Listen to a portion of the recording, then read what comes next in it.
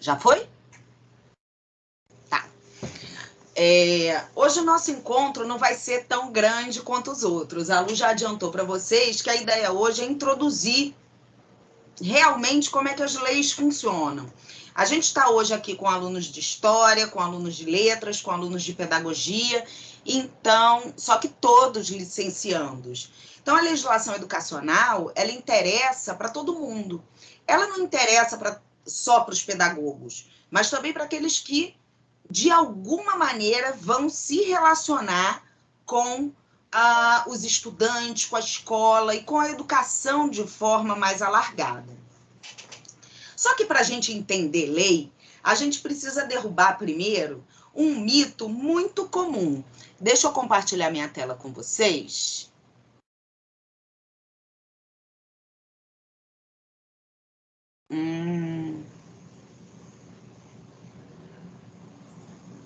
Lu, não está abrindo o compartilhamento para mim. Você entrou pelo mesmo acesso?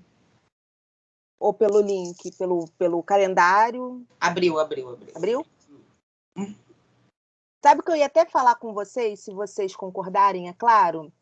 Eu acho que seria interessante todo mundo desligar a câmera e deixar a câmera só da Karine com a tela aberta, porque a gente já fez alguns testes e o suporte nos informa que fica mais leve essa possibilidade, porque não são tantas câmeras abertas, né? Então já tem amigos sinalizando no chat que não estão com a conexão muito legal. Então, depois, mas o microfone vai ficar aberto, vocês podem ir fazendo os questionamentos para a Karine. Se alguém não puder abrir o microfone, eu estou aqui no chat, eu vou anotando também e abro para conversar com a Karine. E aí, no final, Karine, a gente abre, né, a câmera novamente. Pode ser assim? Claro. Então, vamos Vocês lá. Vocês estão vendo minha tela já? Estamos sim. Ótimo.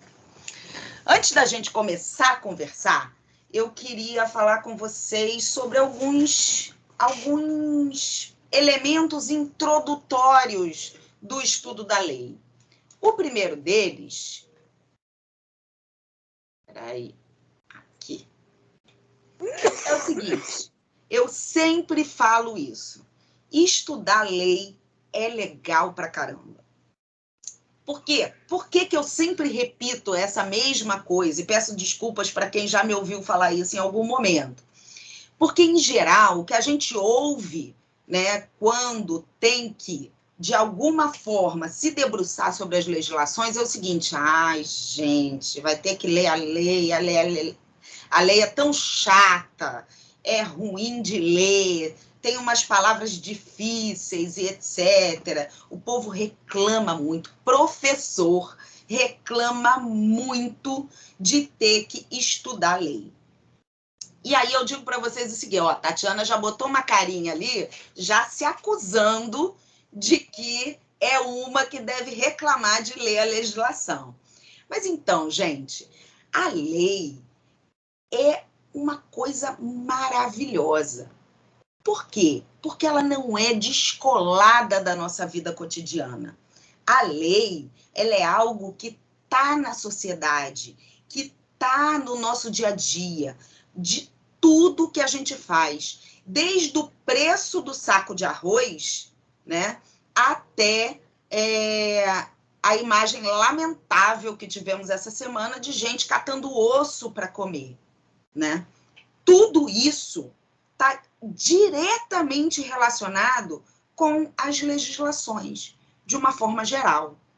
A legislação que a gente vai começar a discutir na próxima aula, num próximo encontro, que isso não é aula, mas num próximo encontro, é a maior, a mais forte, a mais importante legislação desse país, que é a Constituição Federal. A gente não vai estudar ela toda, obviamente, você já deve ter visto que a Constituição Federal é um negócio dessa grossura. A gente vai estudar só o capítulo da educação, que é isso que nos importa para os nossos concursos, para os nossos estudos. Mas, dentro da Constituição Federal, a gente tem todas as normativas que regulam a nossa vida. A nossa vida no Estado brasileiro, a nossa vida na sociedade, está tudo ali. Agora, a linguagem e o formato, às vezes, são um pouco distantes da nossa realidade. E é por isso que eu estou aqui. Porque a gente lendo junto, né, a gente estudando junto, isso se torna mais gostoso, com exemplo, né, com esse diálogo entre nós. Eu vou colocar algumas coisas, com certeza vocês vão colocar outras relacionadas aos artigos que a gente vai estudar, e a gente vai construindo essa compreensão e esse costume de compreender, né, a legislação brasileira, em especial a legislação da educação. A segunda coisa é que a gente tem o costume de achar que a lei, por ela regular, né, ter a intenção, ter o objetivo de regular a vida de uma sociedade, né, ela vira realidade só pelo fato dela existir. Eu vou dar aqui um exemplo rápido para vocês, que é a lei do piso. Vocês já devem ter ouvido falar que existe aí no Brasil uma legislação que define o piso salarial nacional dos professores. Ela existe. São Gonçalo, tem algum gonçalense aí? Acabou de divulgar um edital, né, com um salário ridículo. Outros municípios do Brasil não cumprem o piso. O que isso quer dizer? Que a lei não vira realidade só porque ela existe. Ela existe, a gente precisa conhecer para poder cobrar que ela seja cumprida. Ou então, pressionar pela sua revogação. Ou seja, se tem uma legislação que não é bacana, a gente precisa se posicionar enquanto sociedade e enquanto professores, principalmente, né? E pressionar para que aquela lei não entre em vigência. A gente tem um segundo exemplo, que é a nova reforma, que vai impactar diretamente os cursos de pedagogia e licenciaturas, que é uma resolução do Conselho Nacional de Educação que modifica a formação dos professores, tanto pedagogia quanto licenciaturas. Resolução número 2 do CNE, do Conselho Pleno, Conselho Nacional de Educação, em seu Conselho Pleno, resolução número 2 de 2019. Esse parecer, né, ele modifica para pior a formação dos professores nesse país. O que a gente faz enquanto professor? Pressiona para que ela não entre em vigência. E isso aconteceu agora há pouco, que eles deram uma extensão de prazo para que essa lei comece a ser cobrada nas faculdades e universidades e cursos de formação de professores.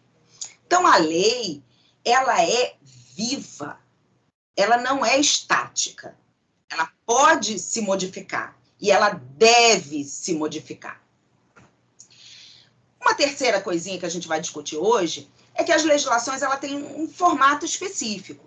Então, vocês vão me ouvir falar em todos os nossos encontros de caput, de parágrafo, de inciso, de alínea.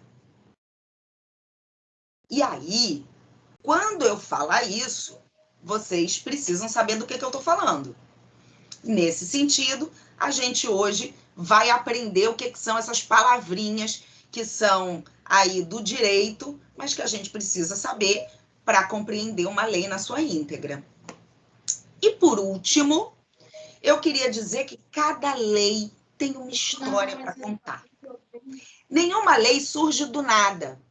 Elas entram na legislação por um motivo, por um grupo de pressão, seja de um lado, do outro, aí eu não sei como vocês se posicionam, mas de um lado ou do outro, existem grupos de pressão, né, que fazem lobbies parlamentares.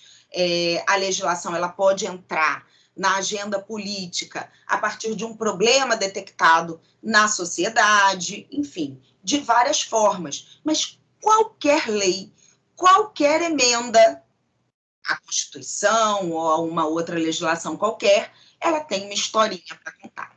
E hoje eu vou começar a contar a historinha da Constituição Federal, porque a gente não tem como compreender uma legislação sem compreender o seu contexto histórico. Aí o pessoal de história vai gostar. Não dá para a gente ler um documento, seja ele qual for, mas a legislação especialmente entra nessa regra. Não dá para a gente ler um documento sem a gente pensar como ele foi formulado, em que época ele foi formulado. E isso faz muito sentido quando a gente pensa na lei e no cotidiano. Por exemplo, e eu adoro essa lei, o crime do adultério. Adultério era crime. Levanta a mão aí quem seria preso. Hoje, se de fato a lei se convertesse em realidade. Ó, Larissa, eu vi, tá? Eu vi, hein? Levantou e baixou rapidinho. Não vale dizer que esbarrou sem querer, não. O crime do adultério, ele entrou em vigência no Brasil no artigo 250 do Código Penal de 1830.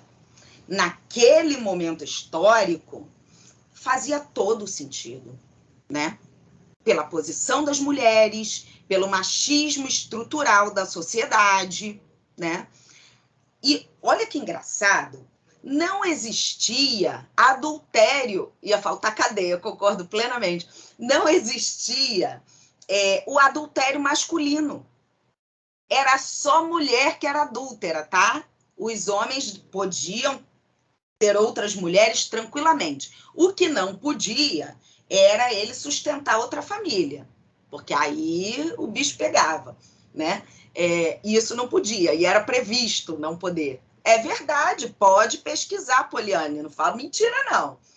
Agora, as mulheres eram adúlteras, os homens podiam. O adultério masculino, ele só foi entrar na legislação em 1940. E o crime de adultério só foi retirado da legislação brasileira em 2005, queridos. Então, eu tenho certeza que aqui entre vocês, não sei quantos somos, mas eu sei que somos muitos, eu tenho certeza que aqui eu tenho um monte de criminoso, tá? Tenho certeza, não precisa se acusar nem levantar a mãozinha, não. O que eu quero dizer é que a legislação, ela se completa, né? E se retroalimenta do cotidiano. Ao mesmo tempo que você tem, de um lado, a sociedade pressionando para a mudança de legislações, né? Você tem as legislações, e aí toda Câmara de Deputados, Senado e etc., pressionando a sociedade a partir de legislações aprovadas. Isso é um ciclo, tá? É um ciclo que se retroalimenta.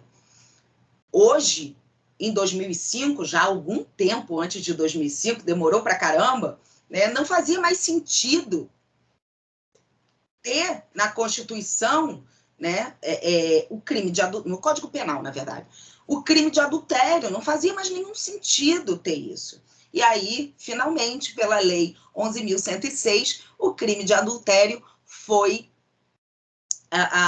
retirado, né, revogado da legislação penal brasileira, e todos vocês podem ficar tranquilos, porque a lei só retroage para beneficiar. Então, se foi revogada a legislação, quem cometeu a legislação anteriormente não é mais considerado criminoso, tá? Fiquem tranquilinhos aí, que tá tudo certo para vocês.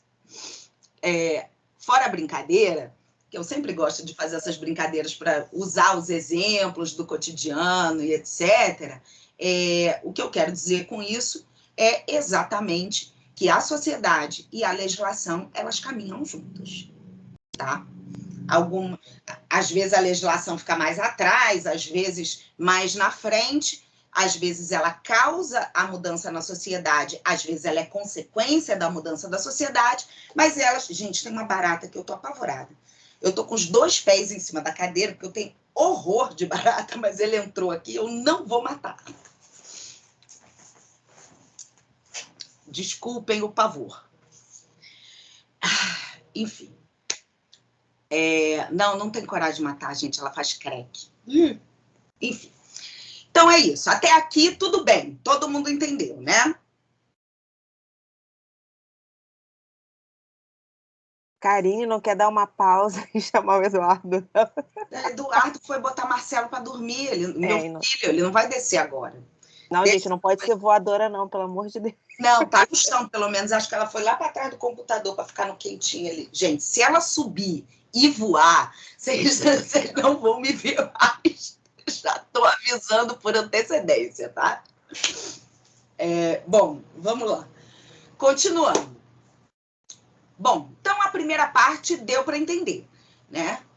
Legislação, sociedade, costumes, tempo histórico, tudo isso caminha de mãozinhas dadas. E aí eu parto para a segunda parte dessa conversa, que é a estrutura do texto legal, né? A gente pega a lei, aí tem número romano, tem número normal, tem número... Gente, eu esqueci o número. Primeiro, segundo, terceiro. Alguém me ajuda?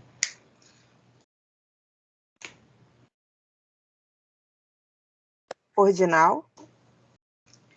E tem número sem ser ordinal. Gente, eu preciso voltar para a aula de matemática. Enfim, a gente tem uma série de formatos. Só aqui eu estou mostrando... E tem ainda um símbolozinho, que são 2 Szinhos que aparecem ali para gente. Então, tem um monte de coisas que são muito diferentes.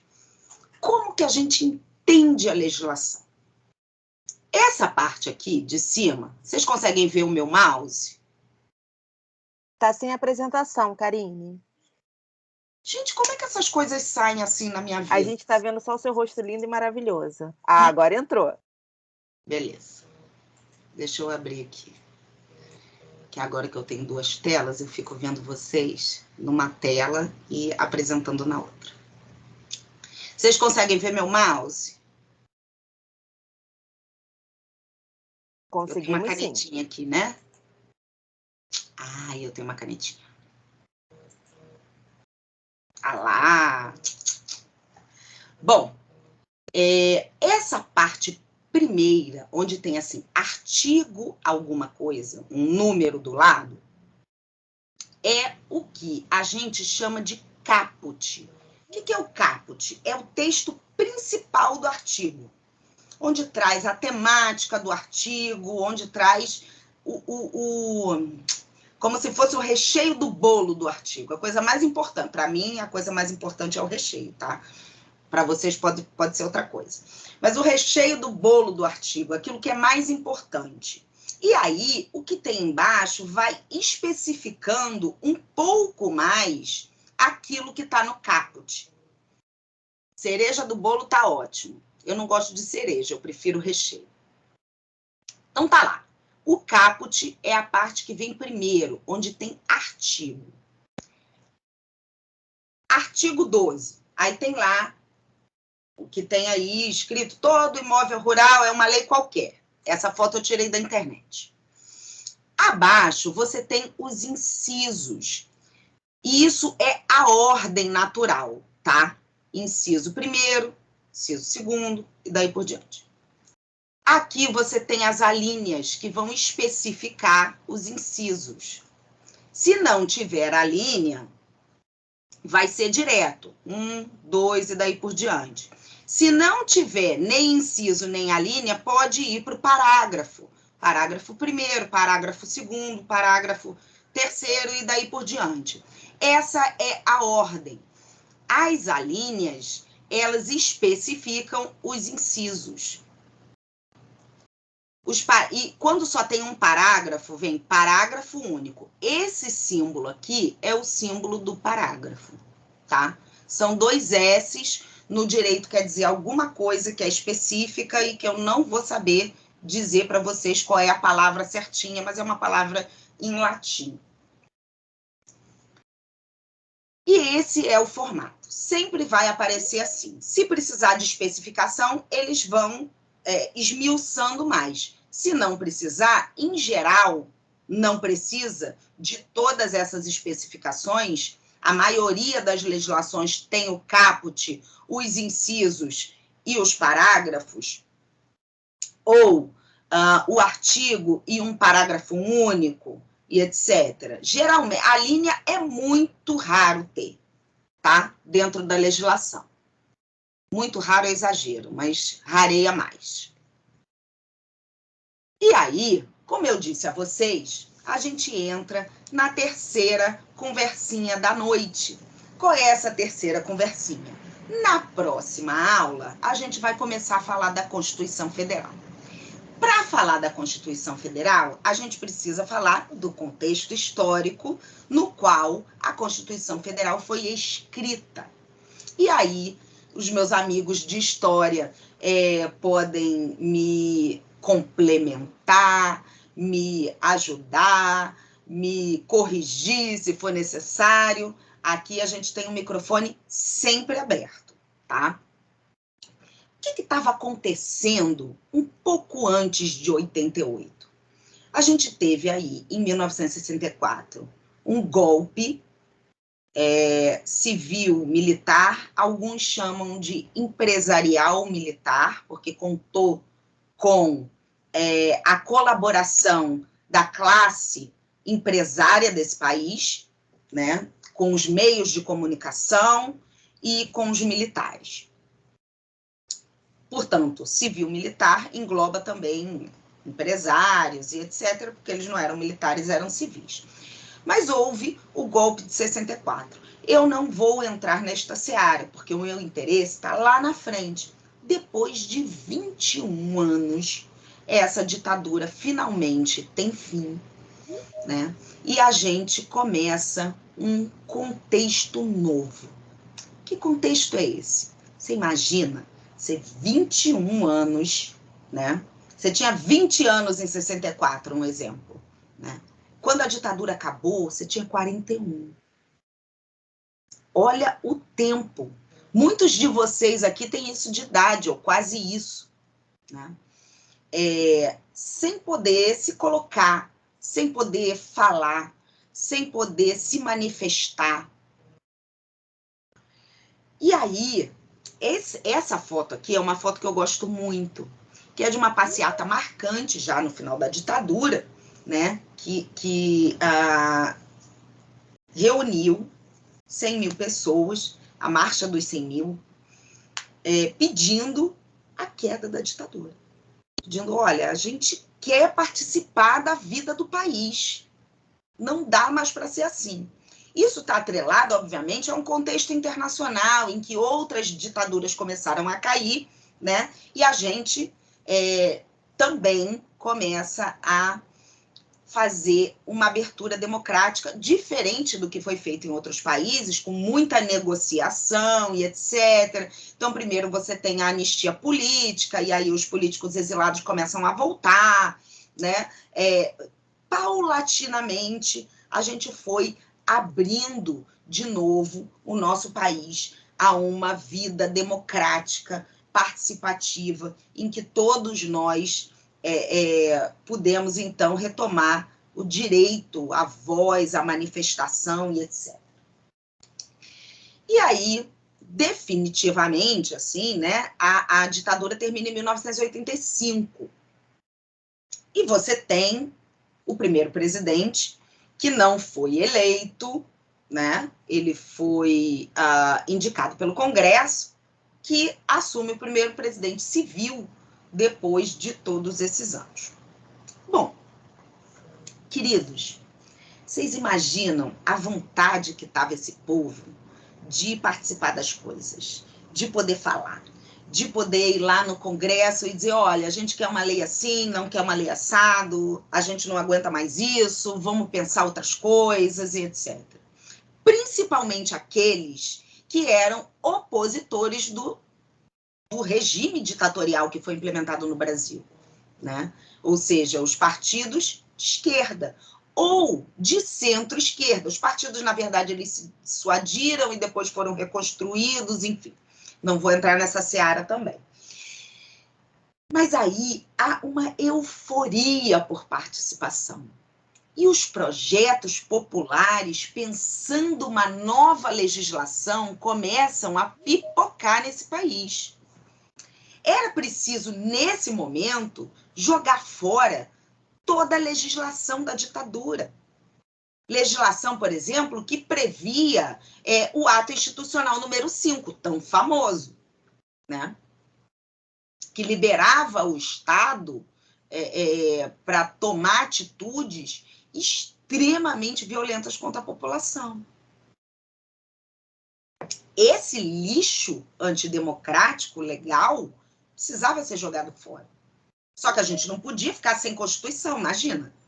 Então, era necessário que se construísse uma nova Constituição Federal.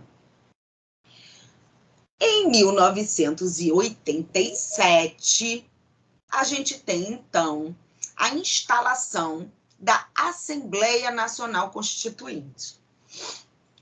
Alguns teóricos chamam a Assembleia Nacional Constituinte de Congresso Nacional Constituinte, não de Assembleia, entendendo que a Assembleia seria nos moldes que foram feitos anteriormente, que pegavam pessoas de grande repercussão, não, mas de grande importância para a sociedade nas suas áreas, para ajudar a construir essa lei, né, para virar legislador, pessoas da sociedade. E isso não ocorreu.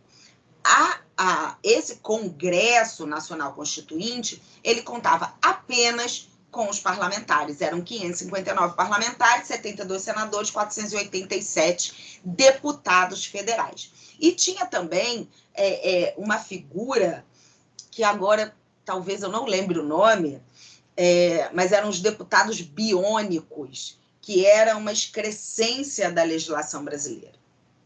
Enfim, você imagina o que é você conseguir mediar interesses de uma sociedade depois de 21 anos de silenciamento na construção da legislação que vai normatizar todo o cotidiano desse novo Brasil que surgia naquele momento. A Assembleia Nacional Constituinte, então, logo depois da queda da ditadura, na verdade, os movimentos sociais, as organizações da sociedade civil e etc., já começaram a se organizar pensando os projetos e os capítulos da legislação. Mas, de fato, é em 1987 que esse processo se inicia, que esse processo começa a se dar. E aí tem alguns passos, né? Durante 5 meses, os cidadãos e as entidades encaminharam, abriu-se um período, né, para que as entidades e os cidadãos encaminhassem projetos, ideias, sugestões para os parlamentares. E nesse período, gente, 5 milhões de formulários foram distribuídos via correios, né, distribuídos nas agências dos Correios. As pessoas iam lá, pegavam os formulários, preenchiam com as suas sugestões e entregavam para que fosse... E isso é muito interessante, né? Se a gente pensar que é exatamente por essa consequência de tanto tempo de silenciamento, né, aqueles que estavam construindo a Constituição queriam ouvir a população, né? Queriam as suas sugestões, queriam construir uma legislação que representasse o povo brasileiro. Foram coletadas, então, a partir desses 5 milhões, 72.719, o número certo, eu tirei esses dados do site do Senado Federal, né, sugestões de cidadãos de todo o país, do país inteiro, além de outras 12.000 sugestões dos constituintes mesmo, né, dos deputados e senadores, que estavam construindo aquele texto, e de outras entidades que representavam. Aqui eu botei aquilo que deve ser jogado no lixo da história, né? Essa charge representa a violência da ditadura, porque ela houve contra inocentes, isso a gente não pode refutar de nenhuma forma, porque as provas estão aí abundantes para que todos nós possamos ver. Continuando nossa historinha, essa tramitação, essa foto primeira aí, é uma foto muito bacana, que é um grupo de mulheres, uma associação de mulheres indo ao Congresso, né, pedir, né, solicitar que fossem atendidas as suas exigências, que se visse a mulher enquanto um sujeito de direitos importante, potente na sociedade, etc. E aí tem umas plaquinhas ali, ó, filho da mãe, as mulheres estão de olho em você, etc., porque eles foram muito pressionados ao longo desse processo. Então, lá, em 1988, esse trabalho chega ao fim, foi liderado por um dos maiores políticos que esse país já viu, e essa segunda fotinho aí, ela é o dia da promulgação da nossa Constituição de 1988, que foi apelidada de Constituição Cidadã.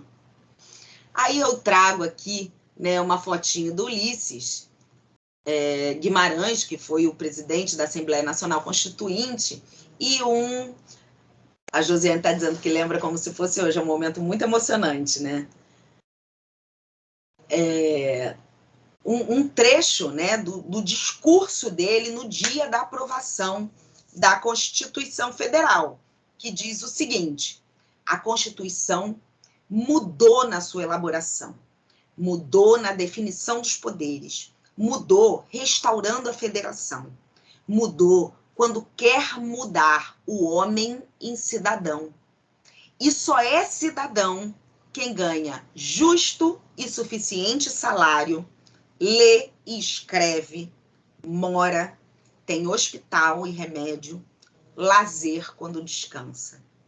Isso no dia da promulgação, porque todos esses direitos que estão aí, né, direito a um salário justo, suficiente para se sustentar, um salário mínimo, né, mínimo no sentido de assegurar as suas necessidades básicas, todo cidadão tem. A Constituição Federal assegura, né?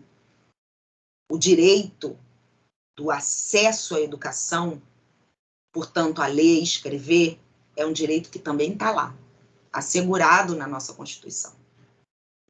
O direito a ter um teto sobre a sua cabeça é um direito que está lá, previsto na Constituição Cidadã. O direito à saúde e ao remédio adequado, com eficácia comprovada pela ciência, está lá na nossa Constituição. E tem mais. Todos nós, nesse país, temos direito ao lazer. A gente tem direito a se divertir quando a gente não estiver trabalhando. Porque isso também é sanidade. Por isso, essa Constituição Federal foi tão importante. Porque ela restitui aos brasileiros e brasileiras, né, a cidadania, o direito de existir e de ser bem tratado pela nação. De toda a Constituição Federal, alguns autores da educação, obviamente, como Maria Francisca Pinheiro, Roberto Lerrer, Luiz Antônio Cunha, enfim, dentre outros, dizem que o capítulo da educação foi um dos capítulos mais discutidos e disputados de toda a Constituição Federal. Teve muita treta no capítulo da educação. Sabe por quê? Porque a educação dirige o país. Você, eu, todos nós aqui, passamos muitos anos na escola. Às vezes, num período integral. E a escola, ela tem uma potência pouco explorada, admito, mas uma potência enorme de mudar esse país. Porque a gente muda consciências. É possível fazer com que os sujeitos tenham uma visão crítica daquilo que acontece na sociedade.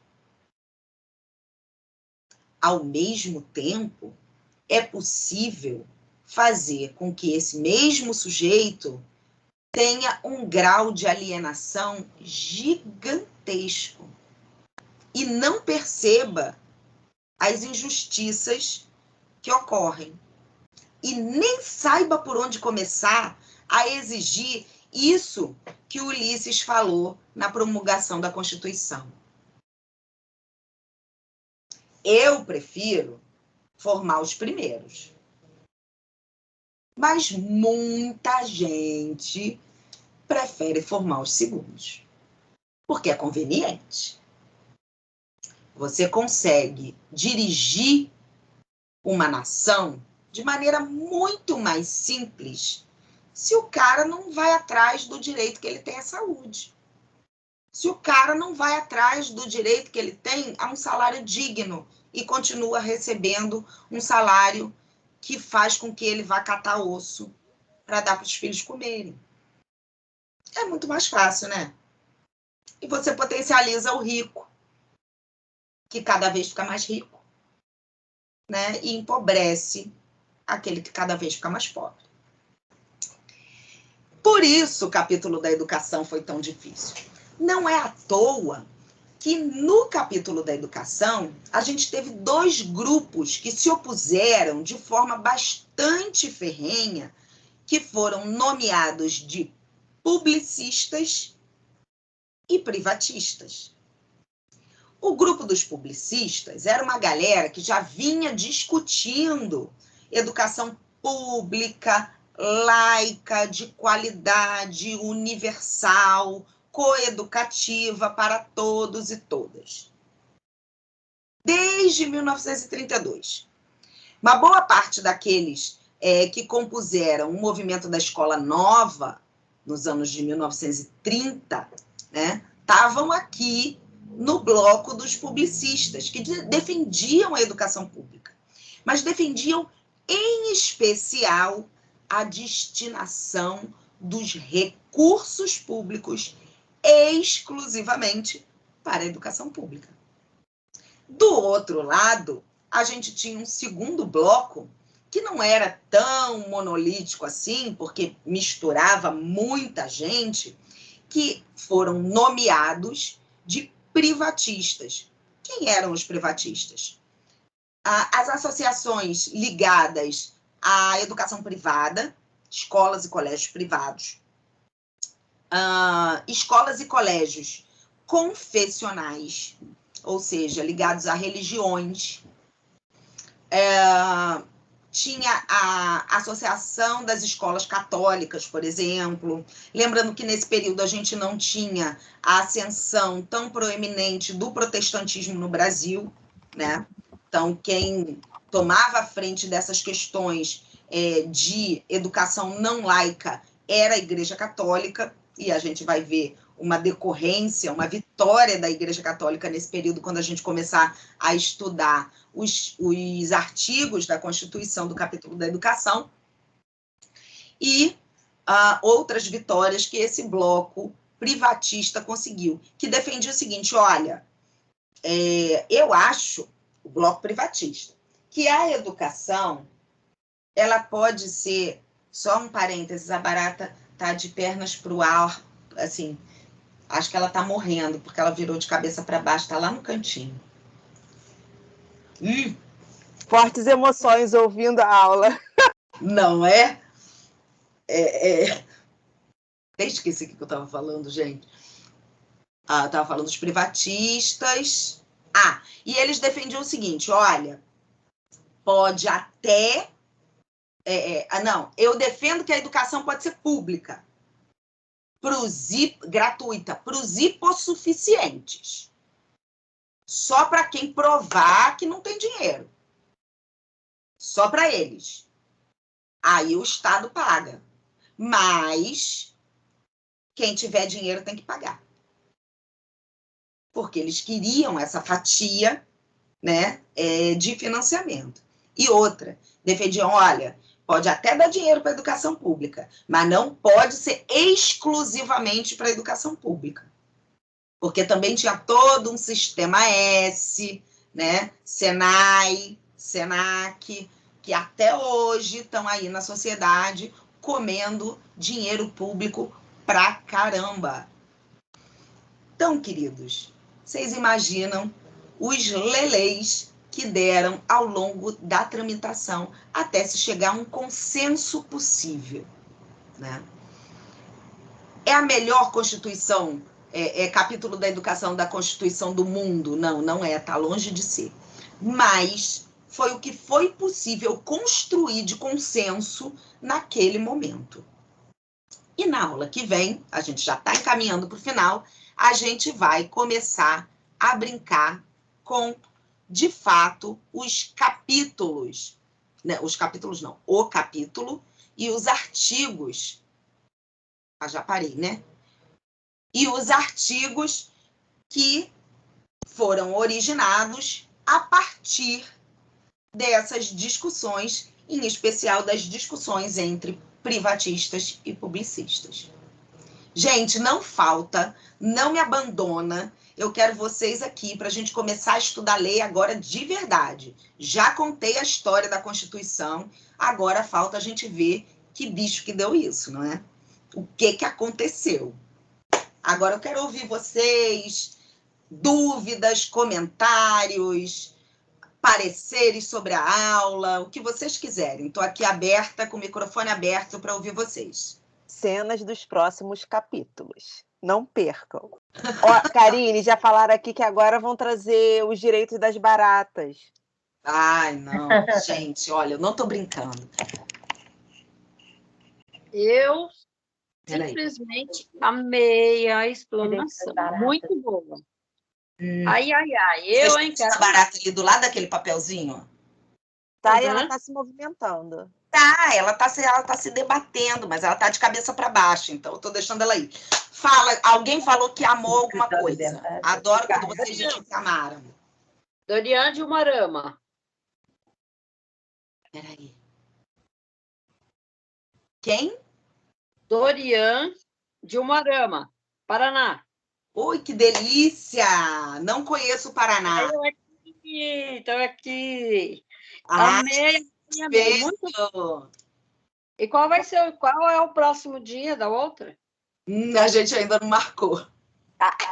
Porque o mês de outubro, gente, está recheado de atividade, né? A gente vai ter a semana de educação, então a gente está aguardando só finalizar a programação da semana de educação para a gente divulgar o próximo encontro e também não sobrecarregá-los de atividade, né?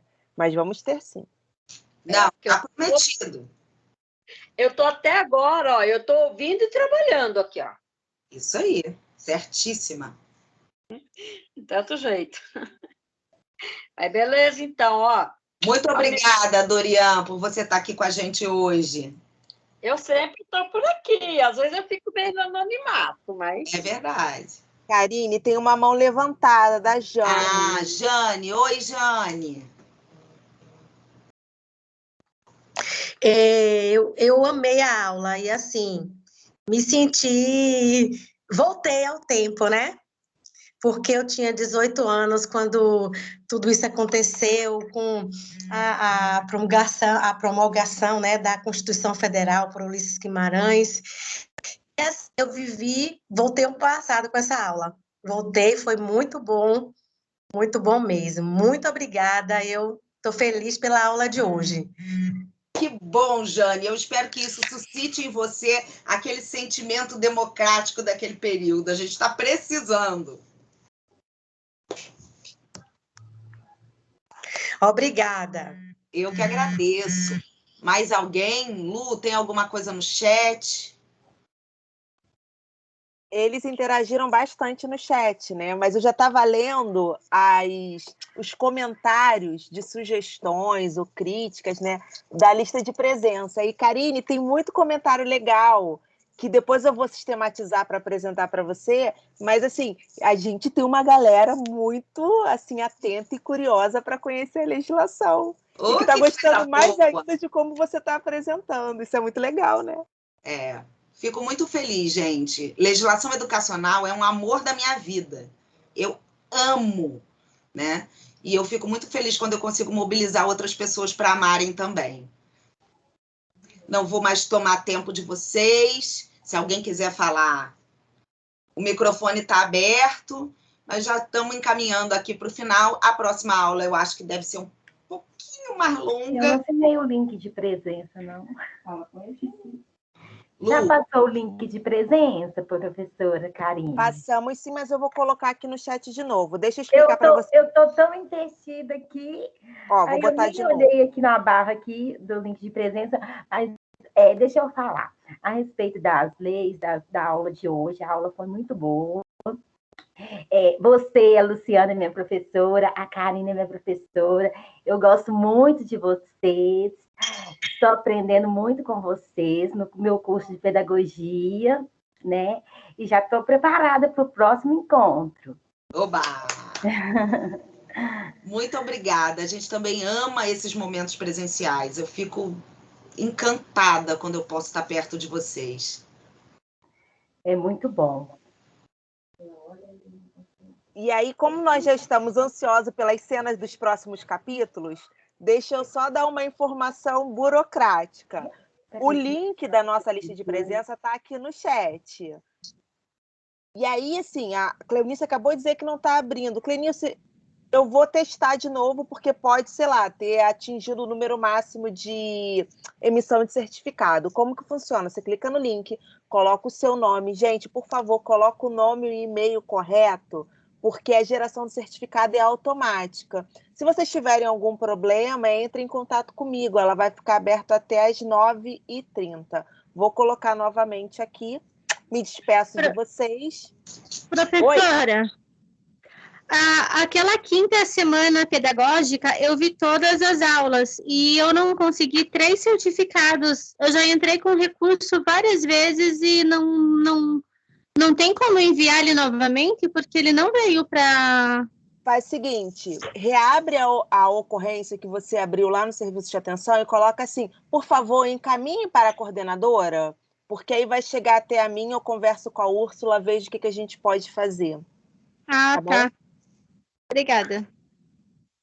Vou colocar aqui de novo, mas vou me despedir de vocês, tá bom? Para a gente poder finalizar o nosso encontro. Beijo, Beijo, gente. Tchau, até a próxima. Tchau, boa semana.